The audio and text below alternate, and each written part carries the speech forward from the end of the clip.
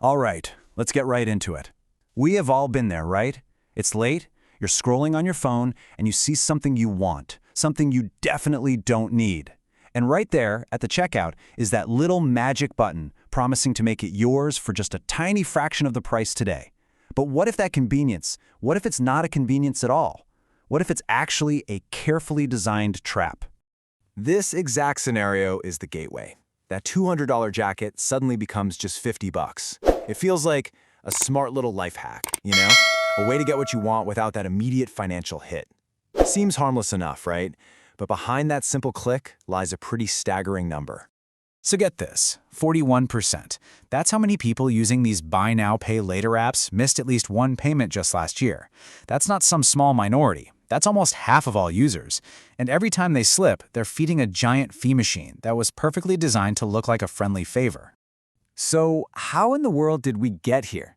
Let's start by looking at the sheer scale of this industry. This isn't just some niche trend anymore. It's become a massive and incredibly fast shift in the way we spend our money.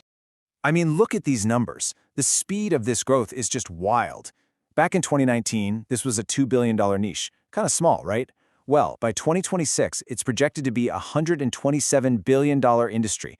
That's not just growth, people. That's a financial wildfire, and it's being fueled by our desire for instant gratification. And it is everywhere now. We're talking 86 million Americans using these services. That's roughly 1 in every 4 adults, maybe even you or your friends, tapping that pay later button, often without really thinking about what comes next. All right, so let's talk about the biggest selling point, right? The whole idea of free. The central promise of buy now, pay later is that it's interest-free. And that sounds amazing, way better than a credit card. And, well, that's exactly what they want you to believe. But here's the thing, the dirty little secret. That interest-free promise, it's conditional. It only works if you are perfect, if you pay on time, every single time.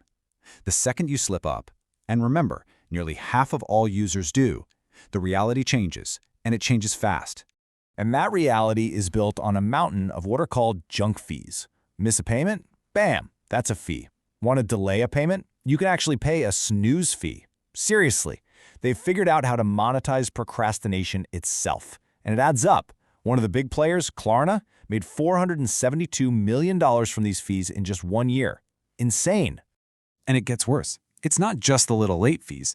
If you opt for one of their longer-term financing plans, you could be looking at interest rates up to 36% APR. Let that sink in. That's not some smart alternative to a credit card anymore. That is a credit card just wrapped in prettier, friendlier marketing. But the fees, they're only half the story. The real genius and the real danger of these apps isn't just in the fees. It's in how they mess with our brains, how they literally rewire our spending habits to get us to spend way more than we ever planned to. You know, psychologists have a term for this. It's called the pain of paying. It's that little voice in your head, that slight sting you feel when you spend a big chunk of money. It's a natural, healthy friction that keeps our spending in check. Well, BNPL services are engineered to completely erase that feeling. So you see a price tag like this, $200. Your brain immediately goes into defense mode. It registers this as a significant purchase. You start asking questions. Do I really need this? Can I really afford it?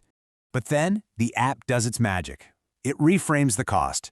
Suddenly, your brain isn't looking at a $200 decision anymore. Nope, it's looking at a $50 decision. $50 feels easy, impulsive, almost like grabbing a fancy coffee. And just like that, the pain of paying is gone. And that's exactly how they get you. Let me walk you through a super common scenario. Let's say you need new running shoes, and you've set a strict budget of $80. You find the perfect pair, but they're $120. Over budget. But wait, the little button says you can have them for just 4 payments of $30. Suddenly, it feels cheap. So you grab them. And while you're at it, hey, you see some cool socks for $40. That's just $10 today. And what about those $60 shorts? Only $15 out of pocket right now.